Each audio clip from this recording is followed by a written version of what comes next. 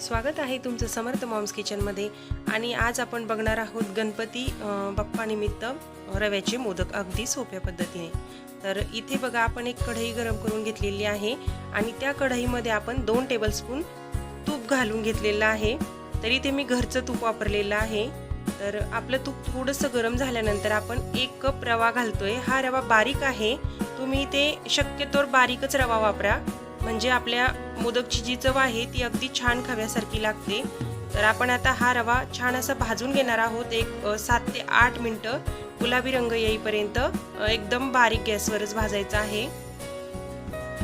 तर सतत आपल्याला हलवत राहायचं आहे की जेणेकरून आपला रवा खाली लागणार नाही। बघू शकता रवा अगदी मोकळा झालेला आहे, छान असा आपला रवा भाजलेला आहे। तर आता 8 मिनिटांनंतर आपण इथे अर्धा कप ओल्या नारळाची चव घालतोय। तर मी हा नारळ छान असा वरचं जे साल असतं काळपट ते काढून घेतलेलं आहे नारळाचं आणि मिक्सरला बारीक करून घेतलेलं आहे।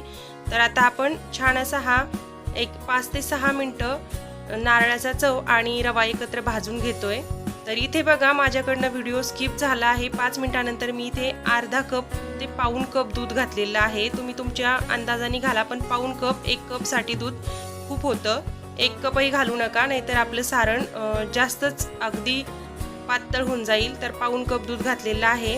तर आता आपण छान अशा यातल्या गुठळ्या फोडून घेऊया आणि गॅसची फ्लेम ही सुरुवातपासून लोच आहे, कुठेही वाढवलेली नाहीये। तर बघू शकता व्यवस्थित आपण सारण मिक्स करून घेतोय। तर 2 ते 3 मिनिटं छान असं मिक्स केल्यानंतर आपण पाऊण कपच पिठी साखर घालतोय। 1 कप रवा, पाऊण कप दूध, पाऊण कपच आपण पिठी साखर घालतोय। तर तुमच्या आवडीनुसार तुम्ही कमी जास्त करू शकता, पण हे प्रमाण अगदी अचूक आणि व्यवस्थित होतं। तर आता ही पिठी साखर सुद्धा आपल्याला छान अशी मिक्स करून घ्यायची आहे। इथे साखर घातली असती तर आपल्या रव्याला पाणी सुटलं असतं आणि आपलं मिश्रण हे पातळ झालं असतं, मोदक असे छान बनले नसतं, म्हणून आपण इथे पिठी साखर घातलेली आहे। तर आता 2 ते 3 मिनिटं पिठी साखर छान अशी मिक्स करून घेऊया। थोडं पाणी सुटलेलं आहे पिठी साखरला, त्यामुळे आपलं सारण थोडंसं ओलसर झालेलं आहे। तर आता आपण गॅसची फ्लेम बंद करणार आहोत आणि ते अर्धा टेबलस्पून आपण वेलची पावडर घालून घेतलेली आहे चवीनुसार। तर मिक्स करून घेऊया आणि आता आपण हे सारण खाली काढून घेणार आहोत। तर इथे बघा छान असं मी मिक्स करून घेतलेलं आहे। बघू शकता सारण तुम्ही एकदम परफेक्ट झालेलं आहे आपलं सारण। तर आता आपण गरम गरम असतानाच आपण मोदक बनवून घेणार आहोत।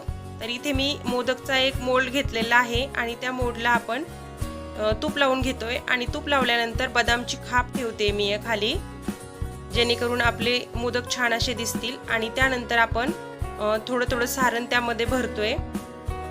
ह्या पद्धतीने बंद करायचं आहे आपल्याला मोल्ड आणि आतपर्यंत दाबून घ्यायचं आहे व्यवस्थित, की कुठेही आत पोकळ राहायला नको।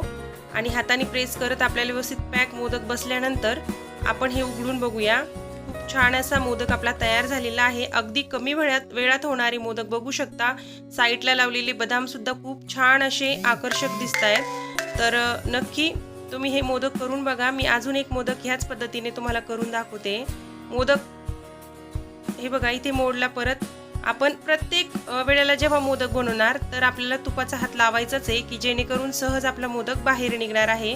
त्याच पद्धतीने परत बंद करायचं, आतपर्यंत प्रेस करायचं, व्यवस्थित भरायचं आपल्याला सारण, पॅक भरायचं आहे आणि त्यानंतर आपल्याला मोल्ड हा उघडायचा आहे। बघू शकता खूप छान आणि सुरेख असे मोदक तयार झाले। कमी वेळात तयार होणारे हे मोदक नक्की करून बघा।